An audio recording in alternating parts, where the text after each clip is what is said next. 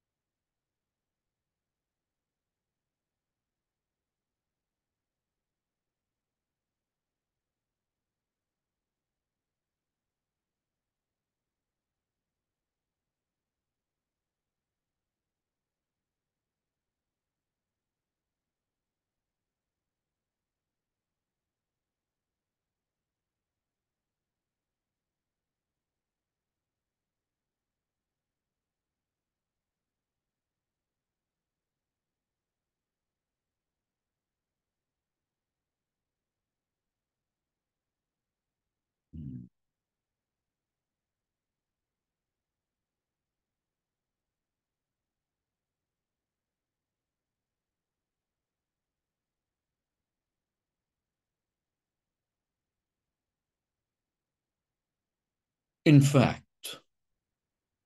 the medium's mind is a true reflection of our talk today.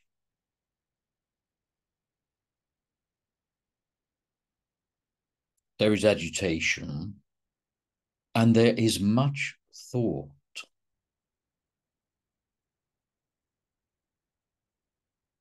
So in order to make this connection possible, then at first we had to awaken the mind and then still the mind. We had to take it from agitation into awareness, and from awareness into silence.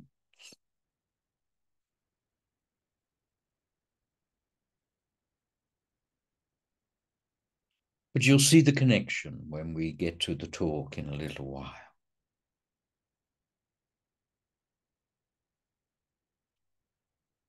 Now, the talks will continue over the next few weeks.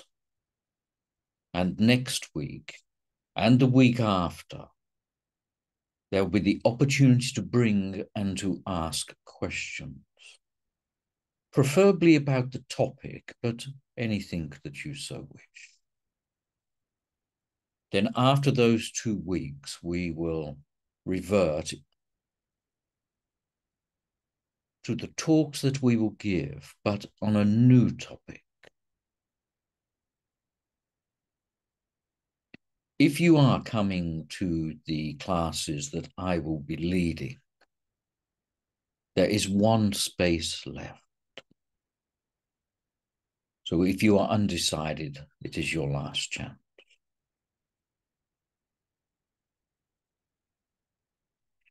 So let us get to the healing list first. Brandon, may I have those names now, please?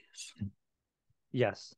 Sarah O'Leary and daughters, Rosa and Asha, Megan and David, Joe Frederick, Lena Montalbano, Cassio Fabio Angela Christina de Toledo Pisa, Anna, Sonia, Jeanette, Jason and Belinda, Kristen Howard, Rhonda, Tracy, Eric, Stephen and Matthew, Marianne and Jody, Jill, Katie, Mitch, Louise and John, Priscilla and her sister, Janet and Michael and Mike Pizzuto and their son Nick, who passed, the dogs Parker, Paisley and Jules, and Stephanie and Suzanne.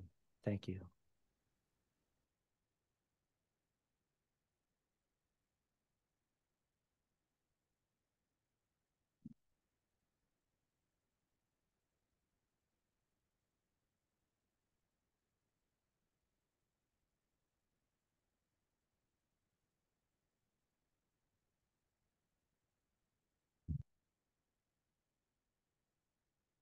Question was asked, why is it that man has a limited lifetime, yet many things he creates can go on much longer? So architecture, works of art, can go for hundreds of years, yet man only 80.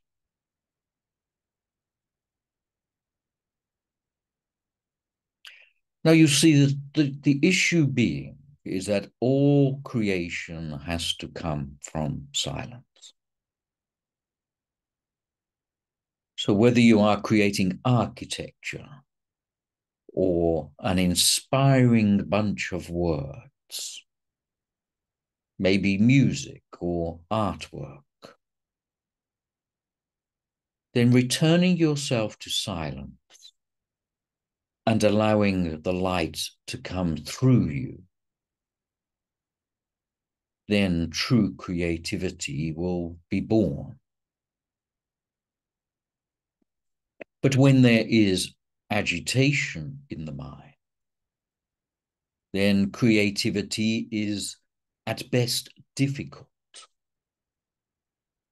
but often nearly impossible. When there is stillness, then of course time seems to last or to be longer. But when there is agitation and rush, then time seems to go all too quickly, and there is never enough time.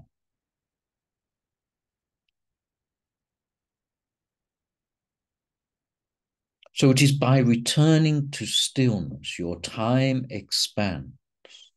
The light will express itself in its purity. So if you wish to create something, an event, a picture, a piece of music,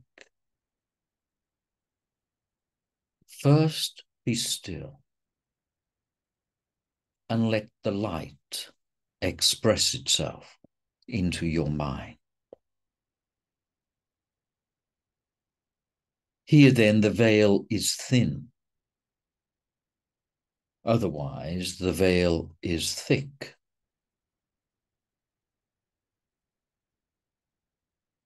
You see, when you came to this world,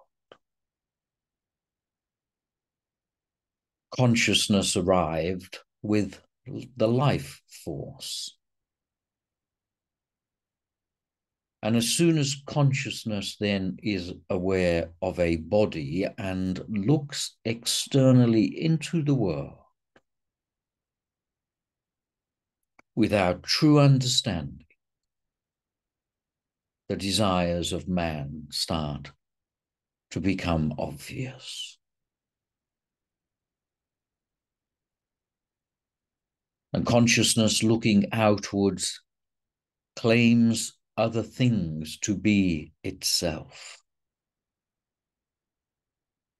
And this creating desire for more things. And this then causing agitation. And if that agitation is frustrated and the desire unachieved, there is a potential for anger. And if that anger is frustrated,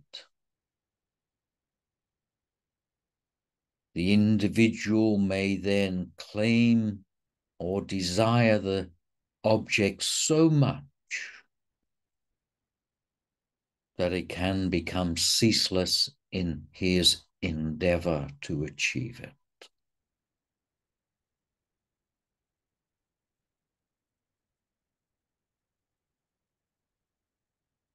Consciousness at some stage must turn on itself and look within. And we have been speaking of this in this series of talks,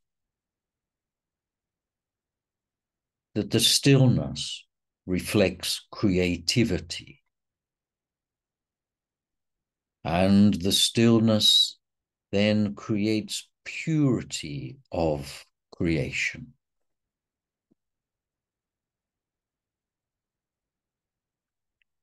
It is only when there is stillness that the awakening to the love in your hearts is truly possible.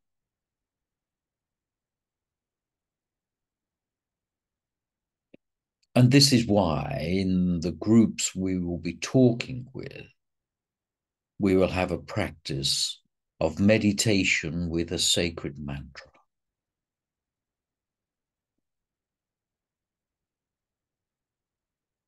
To return you to your best possible self and to allow the light, the creativity, the truth to come fully into your life. So do not be surprised if you look at life very differently.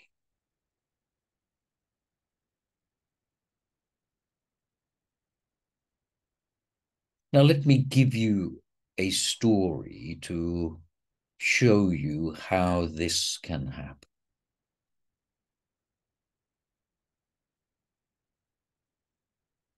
Two young men go to a holy man and ask to be the holy man's disciple.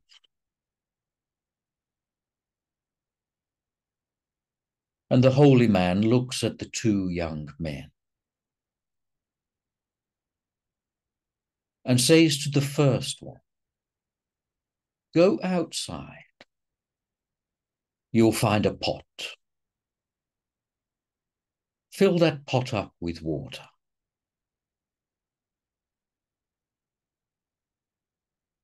And the first man goes outside, finds the pot, discovers it to be half full, and comes back in and reports to the holy man and says, "There is enough water. I will watch it during the day, and I will fill it up whenever it is requiring to be filled."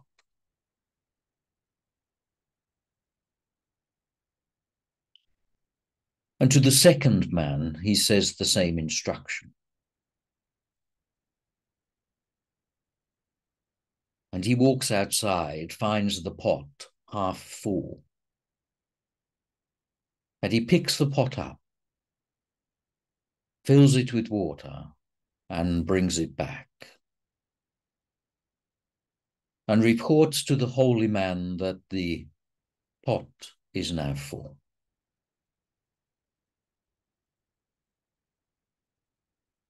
And the holy man accepts the second disciple, but rejects the first.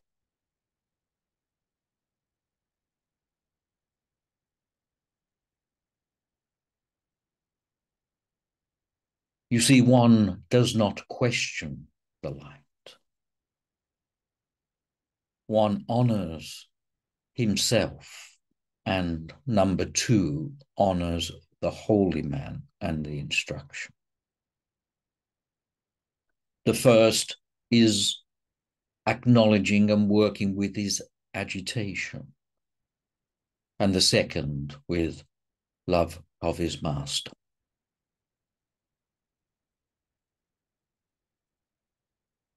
When you practice your spiritual work,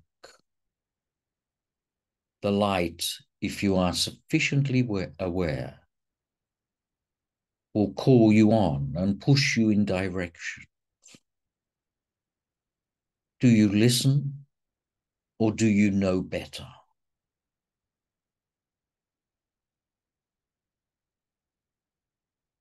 So the first disciple has a basis in fear, and the second has a base in love. One acknowledges the truth and one acknowledges the illusion. Now, there are many more things we can derive from this story. But the moral being is you are given opportunities in many different forms.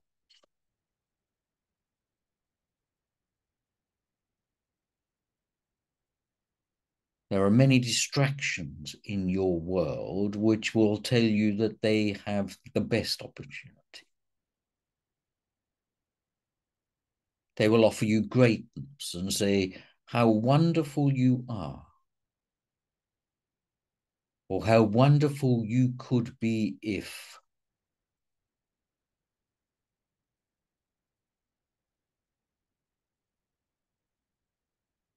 And they tell you this by leading you on a basis of untruth. They direct you based on their own egoic satisfaction.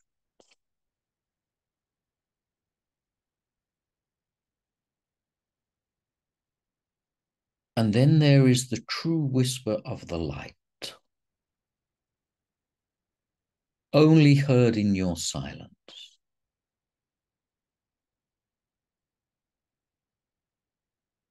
which asks of you nothing, but gives of you, or gives to you, everything. It does not work for its own accord,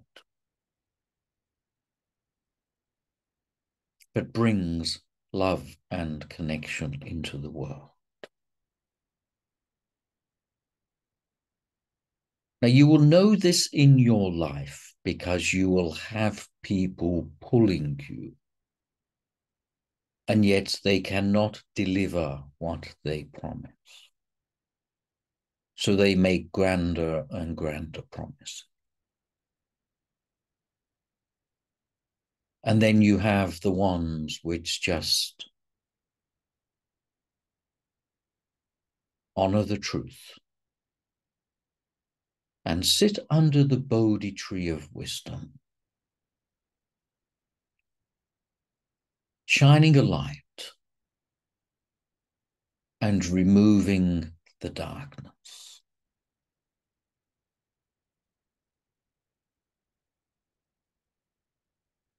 So your mission, your work, your truth, your progress is to honor the love, honor the spirit. If spirit do not come with love, then it is not spirit.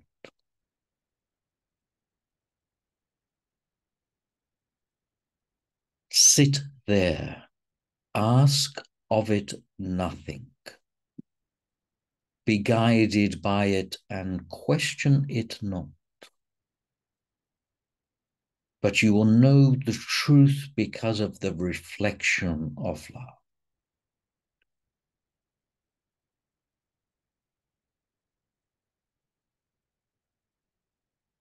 Many times man wishes to understand and to make logic around certain events or situations and says, well, this will only work if these numbers add up.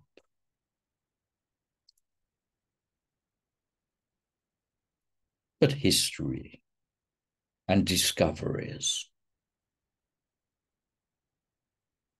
are full of when the numbers do not add up.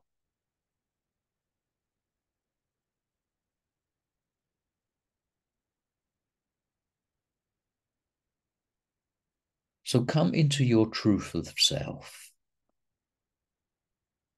by asking of yourself nothing other than to sit in silence.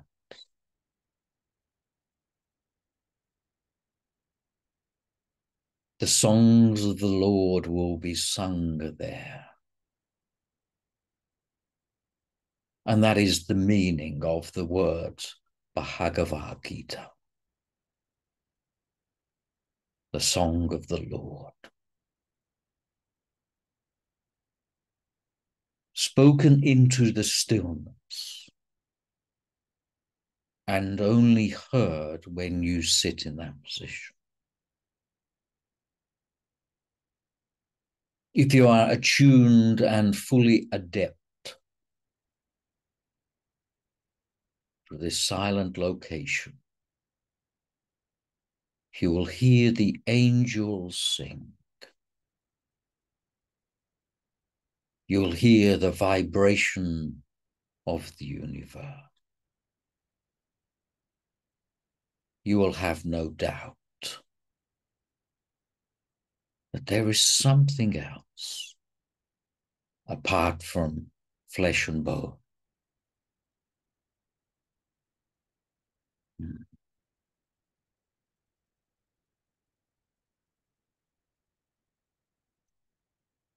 Now, all of my words today, I would hope, are very provable within your world if you would like proof.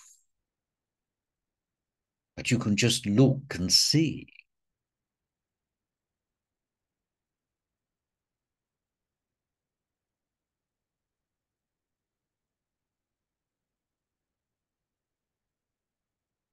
The work of the great masters, as you would call them,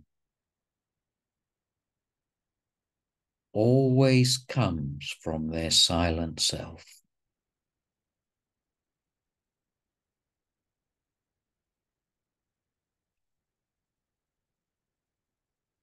So sit with me now.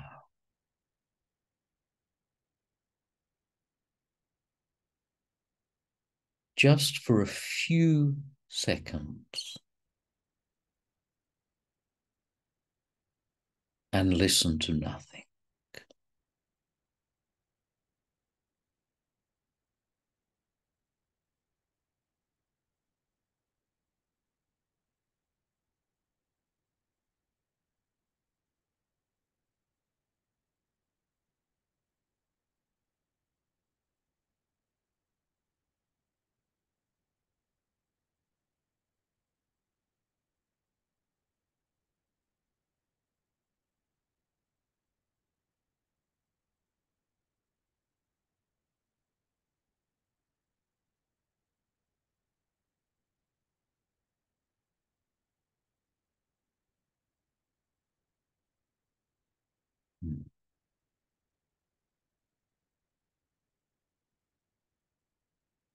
That is where you will find unconditional love.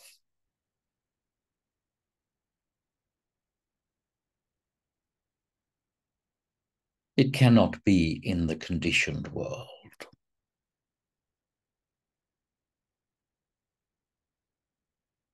That silence is the tip of the Creator.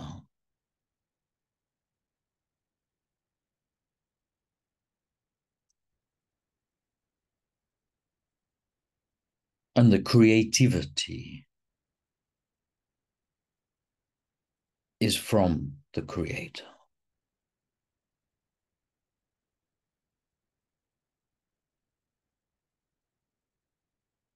The doing, the actions of the world is also from the Creator.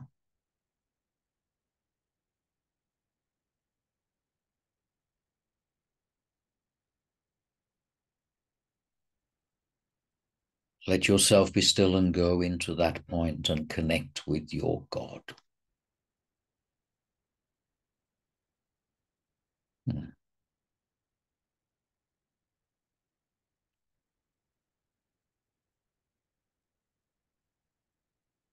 So, as I mentioned,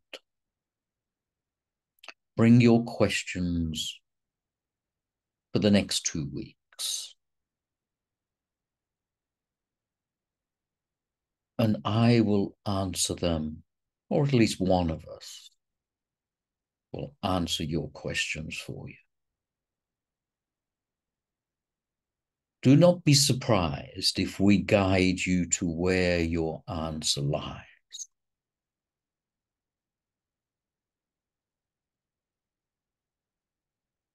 Because when you are still, you know. And together we will bring the love into the world. As we honor you to be the bearers of light,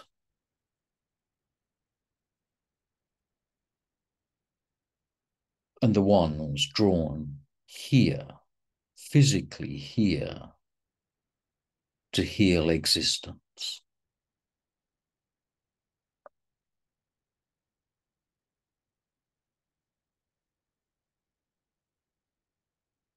We will have more time in future weeks.